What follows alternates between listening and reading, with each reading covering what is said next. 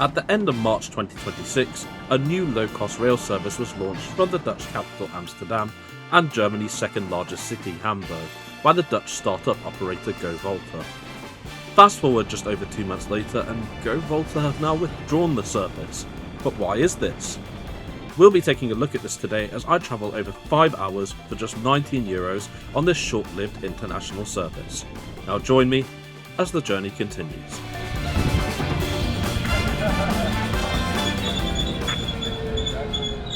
Our journey starts first thing in the morning at Amsterdam Centraal, the Dutch capital's main railway station for both national and international trains, plugged right in the heart of the city centre. Regular viewers of the channel will know that this is one of my favourite stations in Europe. The building, which dates back to 1889, is currently undergoing major renovations that are due to be completed in 2030, though this is becoming less evident from the outside and the main concourse, as we'll see shortly. The main hall here isn't large, but it does the job, with links to both the metro and the brand new Eurostar terminal, as well as plenty of ticketing facilities, though this isn't applicable for us. GoVolta is an open access operator completely independent from the Dutch state railways, and tickets can only be purchased online ahead of travel. As such, we can just head straight for the barriers and scan the e-ticket to head on through.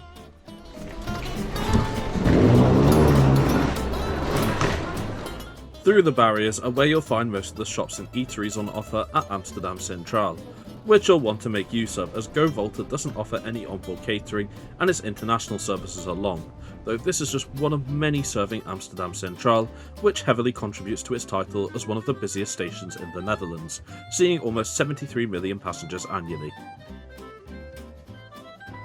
As can be seen, our train is GV303, departing at 08:05 for Hamburg-Harburg. As we head up to the platforms and are greeted by the stunning train shed and ongoing construction works, it's worth mentioning a few things at this point.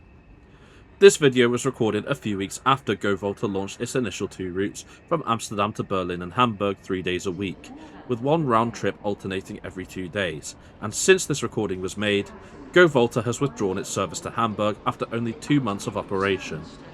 In its place, it's focused efforts on increasing the frequency of its Berlin route to 6 days a week.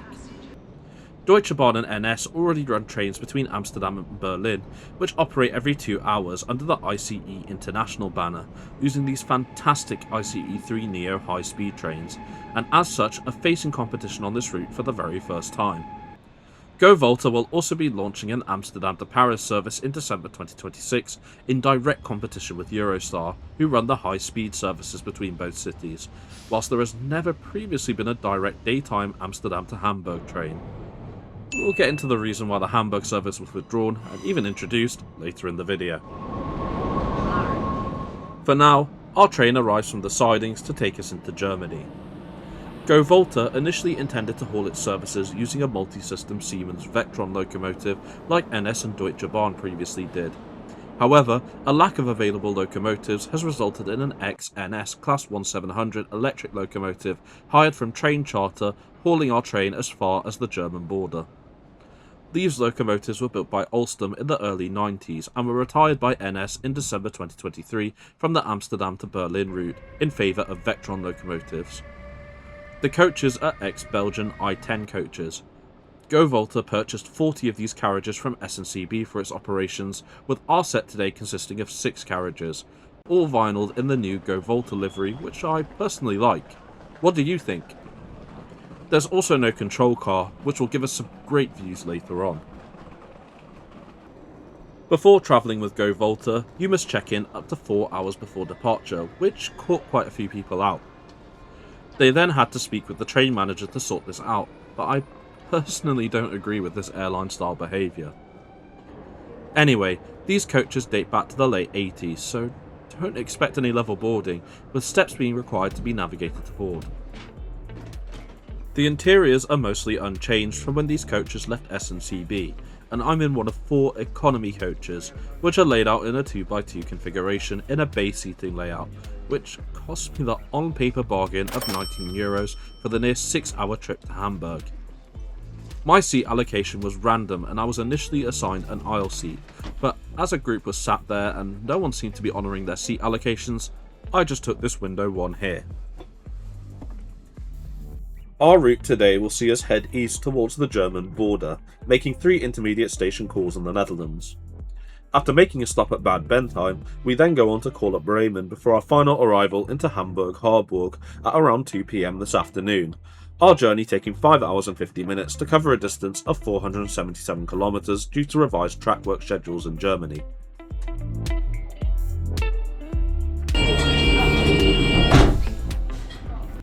We leave Amsterdam Centraal right on time and with some spectacular views of this grand station as we begin the over 5-hour odyssey up to Hamburg.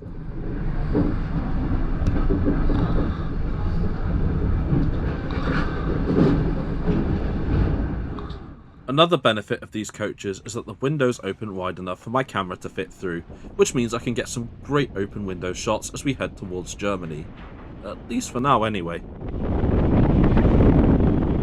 For now, we continue through the Amsterdam suburbs to head towards the Utrecht province right in the heart of the Netherlands, and despite a brief unscheduled stop in Hilversum, we're quickly on the move again and soon reach our top line speed of 130 km per hour, this being the fastest we go until we cross the border into Germany.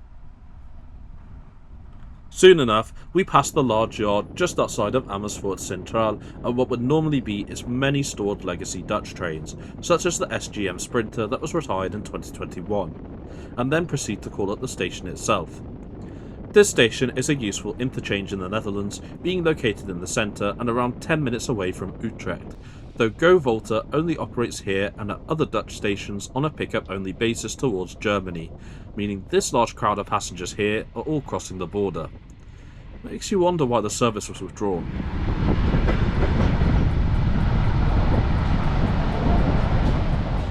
Anyway, let's now divert our attention to the interior of the I-10 carriages, and given these carriages are almost 40 years old and still feature their legacy seating, the seats are very comfortable, even in economy class.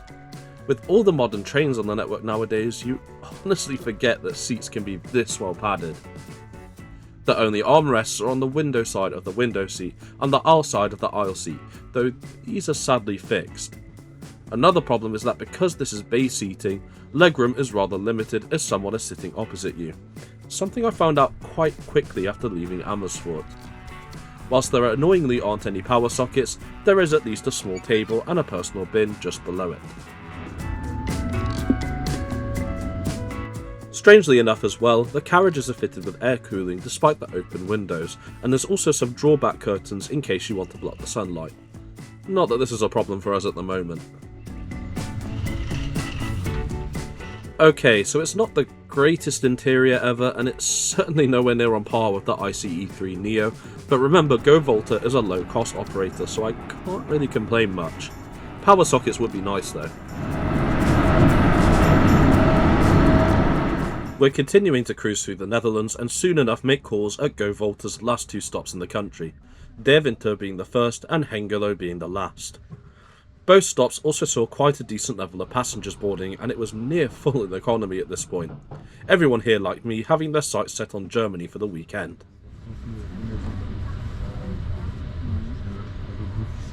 After leaving Hengelo, we start to close in on the Dutch-German border, and as such I set my sights once again on the rear of the train to get shots crossing it. Whilst there are no actual signs indicating the border crossing, it's pretty easy to tell when the border has been crossed as the Dutch-style masts change to the German-style ones. And welcome to Germany! Both the Netherlands and Germany are part of the European Schengen zone, and as such there are no official passport formalities when crossing the border. Shortly afterwards though, we pull into the German border station of Bad Bentheim, and German police often do ID checks on trains that have just crossed the border like ours. Our stop here is extended however for a different reason. Like most border stations, Bad Bentheim operates under 2 different voltages. The 1.5 kV DC voltage used in the Netherlands and the 15 kV DC system that Germany uses. Consequently, the Class 1700 locomotive that hauled us from Amsterdam is detached from our train here and heads to the sidings.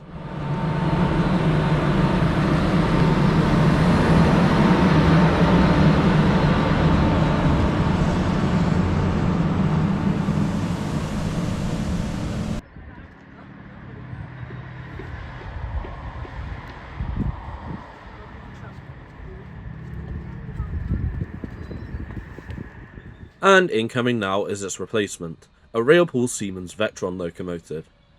This particular example is an ex-DB cargo variant and still carries its old livery, albeit with railpool logos. I believe that railpool's Vectrons are yet to receive their licensing for the Netherlands, hence the need for a Loco swap at the border, something I never thought I'd witness since Deutsche Bahn and NS switched to Vectron operation back in December 2023 prior to the ICE3 Neo takeover.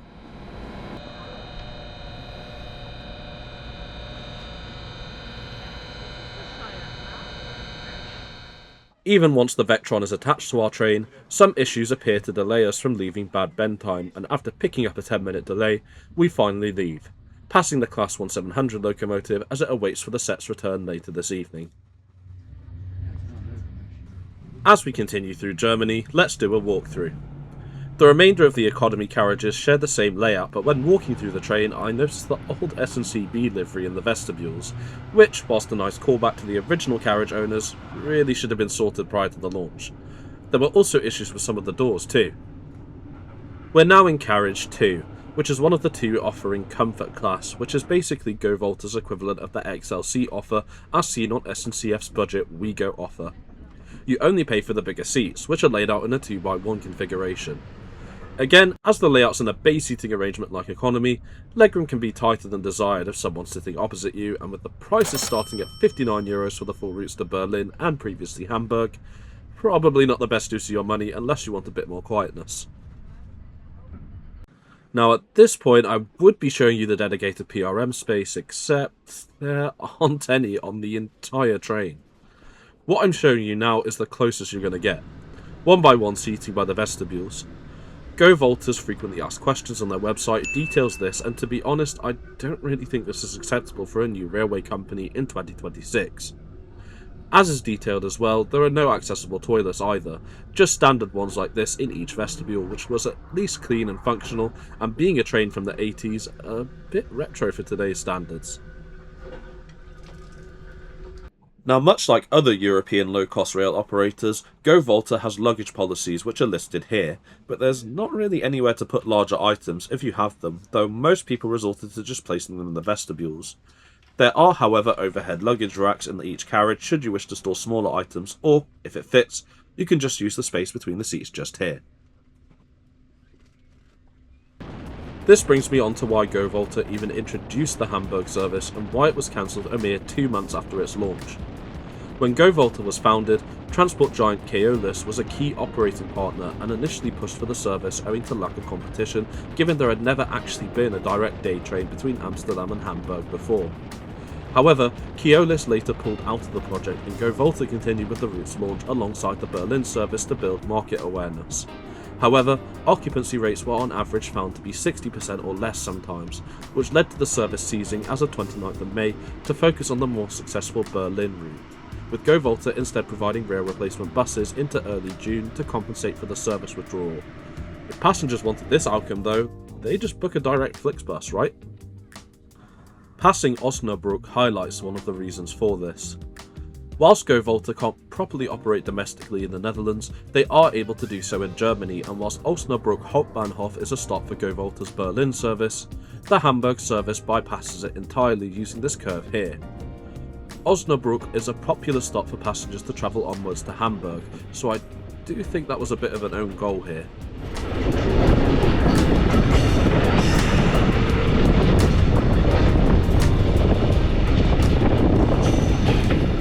On that note, we soon arrive into Bremen Hauptbahnhof with a small delay of a few minutes. The only intermediate stop on GoVolta's Hamburg route, most passengers actually got off here as opposed to continuing on to Hamburg like me and a number of others, presumably for onward connections elsewhere in Germany. The usual chaos on the German rail network means we pull out with a 12-minute delay, leaving the stunning 1800s built train shed behind us as we reach the home stretch.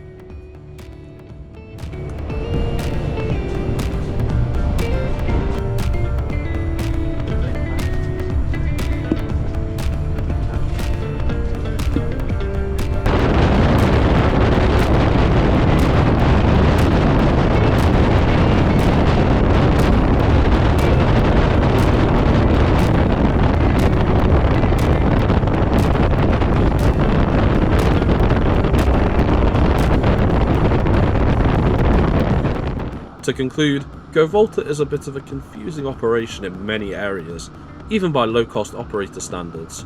From having to check in online up to 4 hours before departure, to seat reservations not being properly honoured, there definitely are areas where they can improve, but given I only paid €19 and my train actually ran, should I be complaining? Probably not, in all honesty. Where I do have the right to complain, however, is the rushed withdrawal of their Hamburg service without really giving it a proper chance to reap the benefits. Both the operator and the service were still pretty new to both the Dutch and German rail scenes, and it is a shame that it never got the opportunity to provide what would have otherwise been a much needed connection to northern Germany, not only from the Netherlands, but also from neighbouring countries such as Belgium. The once round trip every few days, combined with an 8 AM departure from Amsterdam and very few stops in Germany, no doubt contributed to this as well. So here's hoping that Amsterdam to Paris route to be launched in December doesn't meet the same fate. Our arrival into Hamburg also showcases another issue the service faced. GoVolta would terminate short at Hamburg-Harburg, some 15 minutes away from Hamburg Hauptbahnhof, presumably due to available paths. A revised schedule due to track works claimed we'd be due in almost 30 minutes behind the original schedule at 13:55, but we managed to pull in 24 minutes later at 13:49, the end of the line for GoVolta's Hamburg route.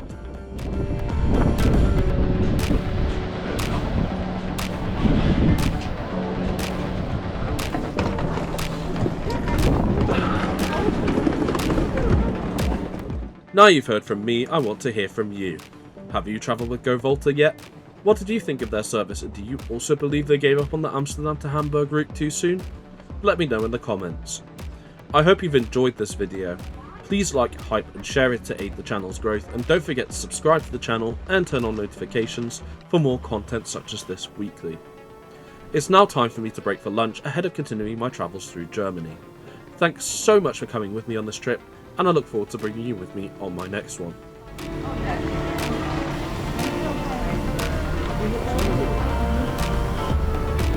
Okay.